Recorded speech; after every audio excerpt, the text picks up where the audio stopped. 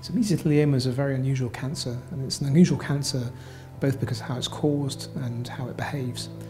It's caused by a substance known as asbestos. People who work with asbestos are at very high risk of getting mesothelioma, and indeed prior to the ban, those individuals who were exposed perhaps 30 or so years ago have now gone on to develop the disease. We have around about 2,000 patients a year being diagnosed, and we anticipate this is going to increase significantly over the next 10 years or so.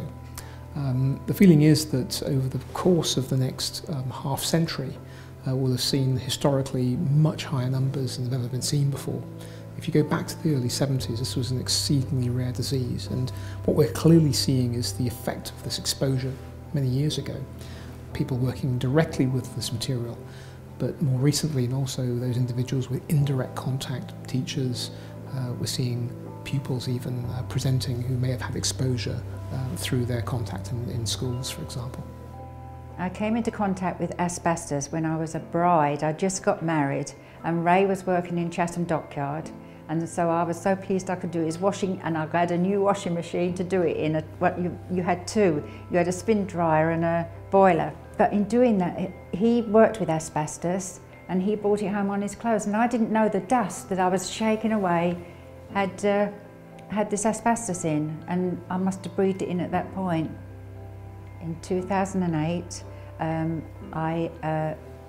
my arm went numb, and I was told that I had a trapped ulnar nerve by my doctor, but I wasn't happy about that. I went to Benidorm, and when I came back, in the motorhome, so for 2 months, and when I came back, I really was getting breathless, and I had to go to polling station in the May of 2008, and I couldn't walk up there. I found myself so out of breath. I'd already had an x-ray, the doctor had sent me for an x-ray. When I got home, he phoned up and said, "You've got your x-ray report, it looks bad, so you look like you've got fluid in there." He said, "I've booked a bed," and so we had to rush into emergency, and they drained 7 litres of fluid. And in that fluid, when you test it, there was the cancer cells, mesothelioma. This is a really devastating diagnosis to receive, and the reason for that is that this is an incurable cancer. The patients will ultimately live the rest of their lives with this disease, and we would say on average actually that survival is about a year. Now there are some individuals who can live a lot longer than 1 year, but there are also most of patients who will have disease that can progress within that year and obviously shorten their life because of that. At the time I was diagnosed, I was devastated. It was between me and the doctor who told me, but I had to stop him because he started to describe what was really there, and I had cancer and a tumour, and I said, "Stop." I thought I could do this on my own. I said, "Would you wait till my husband came in?" And he said, "Okay." So when Ray came in, that was when he told us that I had mesothelioma. He suspected it, and I was given 3 months to live. I would never call it cancer. I would only talk about mesothelioma because I didn't want cancer involved, and I've only just started to really talking and describing it as a cancer. You're devastated, and shock isn't. You're very shocked. But I didn't cry, and I've never cried, and I've never been angry. I just thought, right, now I will fight it. For mesothelioma, the only standard treatment that we have available is really drug-based treatment, and that's with chemotherapy. Now in the UK and worldwide, we only have one standard of chemotherapy, and that's pemetrexed and platinum-based drugs. The patients will receive a course of treatment that may extend to about 4 to 6 treatments. But once they've had treatment, that's pretty much it. There's not really much more available in the way of standard of care. And so clinical trials, by and large, form a really important option for patients in whom we want to maintain quality of life and extend life.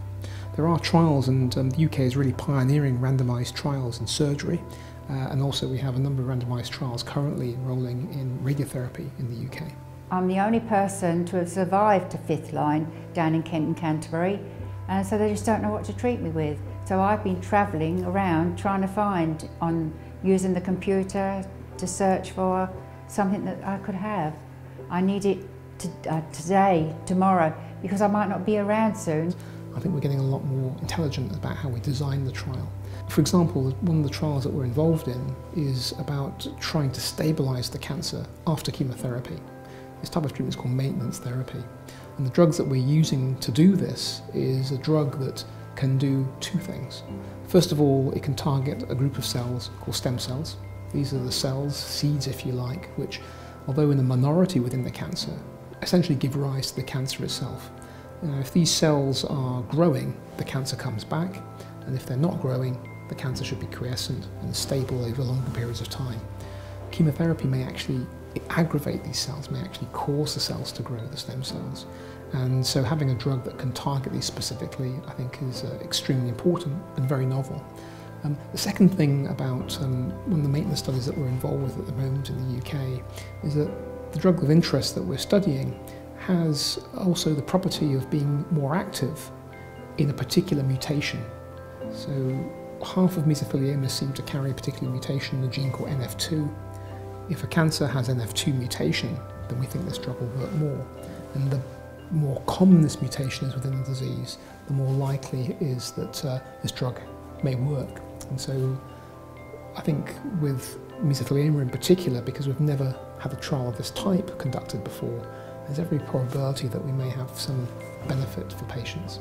What I've been doing since diagnosis really, I wanted to make everyone know about asbestos and how dangerous it is in their house still.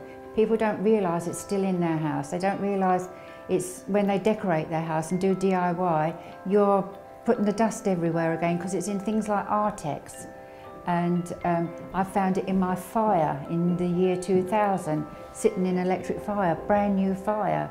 Because it was imported, it must have been caught in there.